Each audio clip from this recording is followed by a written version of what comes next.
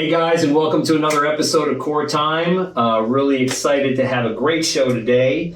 A little different. We're going to have a different guest who's not necessarily from the watch space. Yeah, this guy. Good. No. I mean, you met him actually. So why don't you tell me about how you met him, and then we can talk about his social media, his social presence, his Whiskey Chaser. I was at a tattoo motorcycle convention show in Brooklyn 2 years ago, and he came up. I think he bought a watch, or he ended up buying a watch, but we kept in touch. We did some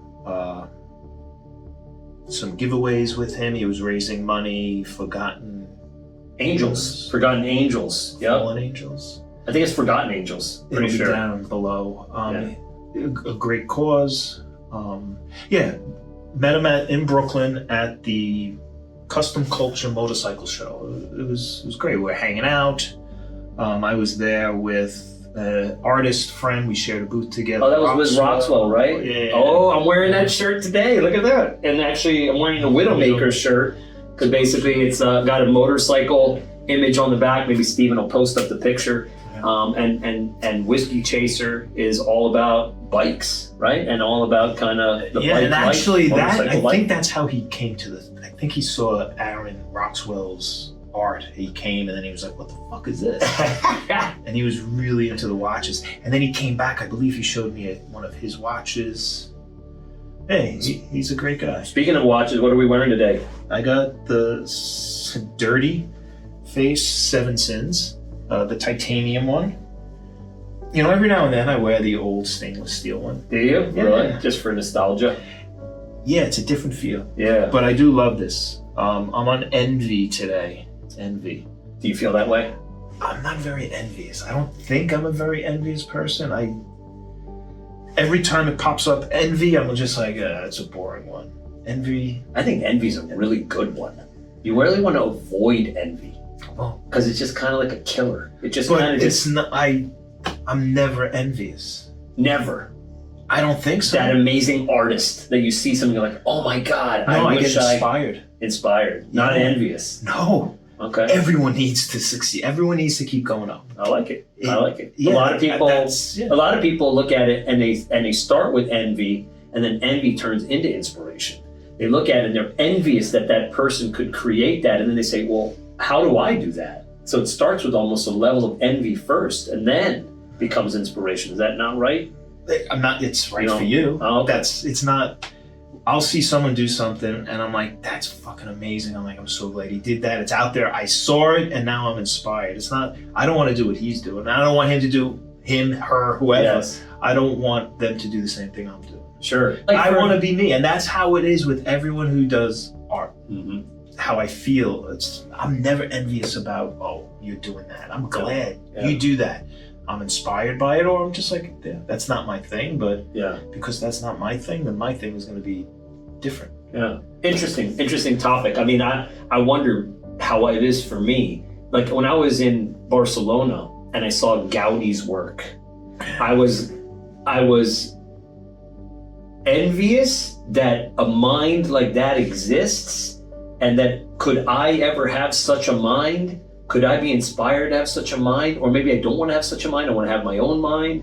And it's this weird sort of push and pull. So I think this is an interesting topic where envy and inspiration meet each other, or they don't. Does it start with that initial reaction of like, oh my God, I wish I could do that?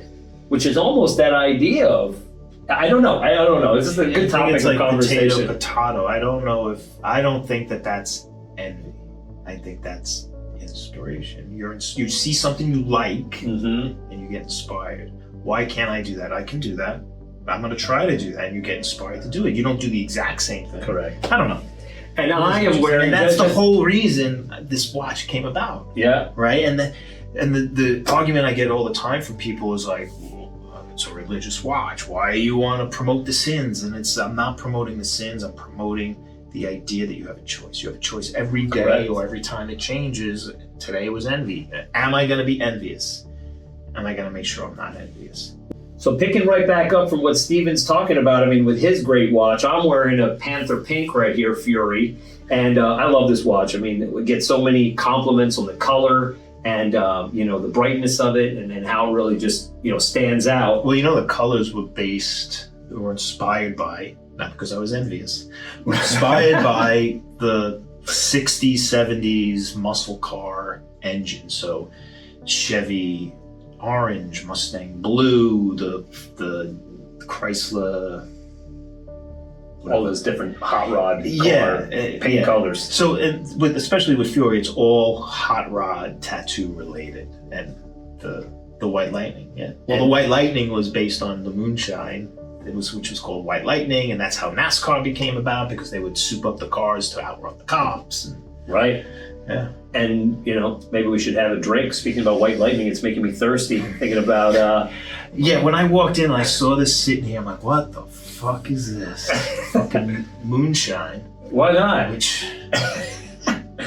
Well, it serves two purposes. One, it can get you drunk, and two, if you run out of gas in the middle of nowhere, you just throw it in the tank, and then you're right back up and moving. So as we usually do, we drink, but we're not pouring this into a glass. It's so hard to pour from a mason jar anyway. Yeah, you're right. Now let's do it back porch style, and just. So I'll chug half, and you chug the other half. How about I politely sip a little bit? And we'll see how we do. Actually, it smells pretty good. Does it? Like rubbing alcohol or anywhere close to it? Let's give it a shot. Cheers.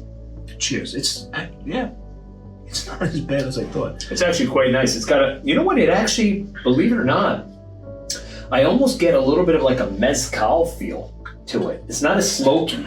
But mezcal has that sort of like, it's got some like, a little bit of like a... I'm the worst to talk about alcohol. Like I like it or I don't like it. Like I was about to say it's got the same burn as mezcal. Well, it's got, mezcal has that sort of like back of the throat sort of floral note. That somehow had that. I don't know why. Shine responsibly. Nice. What proof is this? It's gotta say somewhere. It makes you blind proof is what it is. I will not consider this moonshine though. I think they're marketing as moonshine, even though it's still 100 proof. It's tasty. I like it. I think it's pretty good. Mountain made, unaged. Well, we're gonna get real excited to get this show started here, and let's get us rolling. Yeah. Hey Chase, how are you? Hey, how you doing? Sorry about all that. Oh no, it's all right. We've been having just one hell of a morning as it is. There we go. When Steven starts hurtling over the couches, we got problems. It's nothing but issues on this fucking podcast. That's the way to start it though, right? Actually, that's the way to start it. We've done... So Chase, this is Kareem, my partner. How you doing? Kareem, this is Chase. This is the guy that we've done the watch giveaway. Met him at Custom Culture. Mm-hmm. Thanks for joining us. We really appreciate it. Yeah. And so, thank you so much for coming on the podcast. The show's called Core Time. We basically get into, all different kinds of, interesting topics and have different kinds of really neat guests like yourself. And, just excited to talk with this man right here and hear more about his background, right? Yeah, definitely. Can you just tell us who you are, what you do? Sure. My name is Chase. I have a YouTube channel, social media platform thing. It's called Whiskey Chaser. Started in New York City, where I was constantly getting asked, how do you ride a motorcycle in New York City? I lived in the Upper East Side of Manhattan, and I always had people who were questioning, that's crazy. I can't believe you ride a bike up there. What's it like? What's traffic like? What's parking like? What's everything like? So recording in progress. Eventually what I did is I just started kind of a vlog of myself going around and recording traveling in the city, outside of the city. It kind of evolved from there and went on to become a long distance travel type situation. I was kind of in the middle of when COVID was happening. So I jumped on the bike and I drove all the way to Dallas, Texas. And then I ended up going halfway across the country. I did about 20,000 miles in 1 year, just because there wasn't really much to do. So So I just kind of went and did all that. It's been an interesting, fun journey so far, but it's been cool. It's been fun. Nice. What's the furthest you've driven? And not, well, I guess in a day, but also in a trip. In a trip, the furthest I ever went was to Dallas, I believe. It was From New York City? Okay. And I went all the way down. I went across. So I went down through like Virginia and then across Tennessee. That was actually the first time I ever came to Nashville. Okay. And then I went down into Alabama, across into Dallas. And then I ended up going up because I wanted to see like Oklahoma. Then I went through Indiana, Ohio, and then back across Pennsylvania, and then up into New York. Damn. That was about 2,500 miles kind of total all the way around. I went the long way for sure. It took me a couple of days. I'd never really done that before. So I was only going about 500 miles a day.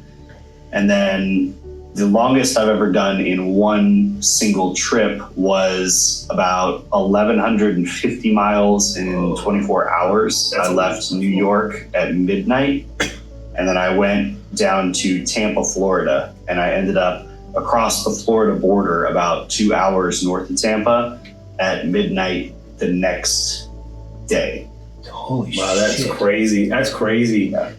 Chase, let me ask you a quick question here. I mean, I kind of know the answer for myself, but I want to hear it for you. But, for me, I love motorcycles. I've never owned one. I've been on one or two. It was always a forbidden fruit for me because my dad had a little bit of an accident when he was a young teen. And so it was always like, no, you're never getting on a bike. And I had to inherit that unfortunate sort of like, it's taboo in many ways. But I love motorcycles. I love bikes. What got you into bikes? Why are you into this? Why do you do what you do? What's kind of like the history for yourself? Well, it's kind of the same thing. So my dad was a big rider back in the day, and there's actually a picture of me on my dad's bike. I was about like 7, and it's like one of my favorite pictures of me when I was a kid because, it just shows where this whole thing kind of came from. And not only my dad with like the bikes, but my mom with cars. My mom was a huge car girl. Oh, wow. She had like a, SS Camaro. She had a Turbo RX-7. She had a 300Z, a twin turbo 300Z. Like she was a big car girl. And so whenever I first started whenever I got my driver's license and I first started really getting into cars, my mom was like, yeah, I knew this was coming because I just always have kind of been into it. And then once I met my partner, who we've been together for 8 years, she asked me whenever we first met if I could help her get her scooter up and running again because it had been down for a while. And so I went over there and I got it up and running for her, and she, started driving that around. And I was like, yeah, I never knew that, you were into biking or anything. She's like, yeah, I've had my license for 4 years. And so I actually didn't have a bike at the time. And I was like, man, if we're going to be together and she's going to be on her bike, then I definitely have to go get another bike. And so we kind of have always had that together as well. And now we have, between the two of us, we have 5 motorcycles. I have a project car. I have, a big old lifted truck with like all kinds of crazy suspension and everything. And we take that camping and like all kinds of stuff. So it's kind of just always been integrated in my life. It's always shown up. Yeah, that's really cool.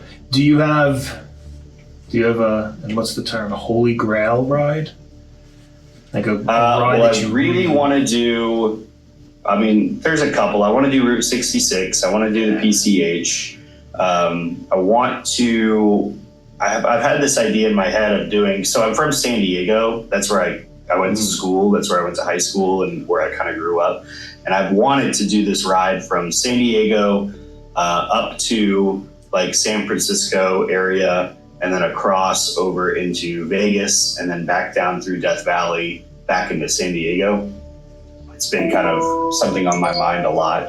And then from Nashville, I also want to go out to Colorado. My sister lives in Colorado. Okay. So I'd love to take a ride from here up to Colorado, and then from Colorado, go up just a couple hours. You hit South Dakota into Mount Rushmore, stop and do the whole Mount Rushmore thing for a little bit, and then come back down. What about Laconia? Have you done Laconia? I have done Laconia. Laconia was fun. I went to the 99th annual one. Oh, when was that? It was 22, I believe. Nice. Yeah, it was. It was only a couple hours away, being in New York. I just jumped right up into Connecticut, and then right through Connecticut, right up into New Hampshire. So yeah, it took me about 5 hours to get there. I was a big car guy. I had Impalas and Mustangs and Camaros. I took my '62 Impala to Laconia, and it broke down somewhere in Massachusetts. And we rented a car. I left the Impala on the side of the road, rented a car, went to Laconia. And I've done Laconia like 3 or 4 times. Yeah, it's really cool. I have a buddy who lives up in New Hampshire, and he's always it's 10 minutes from Weir's Beach. I was just gonna say, that was like Weir's Beach. That was a beautiful kind of neon sign. Very cool. So listen, this is what I want to do. I want to put this to you.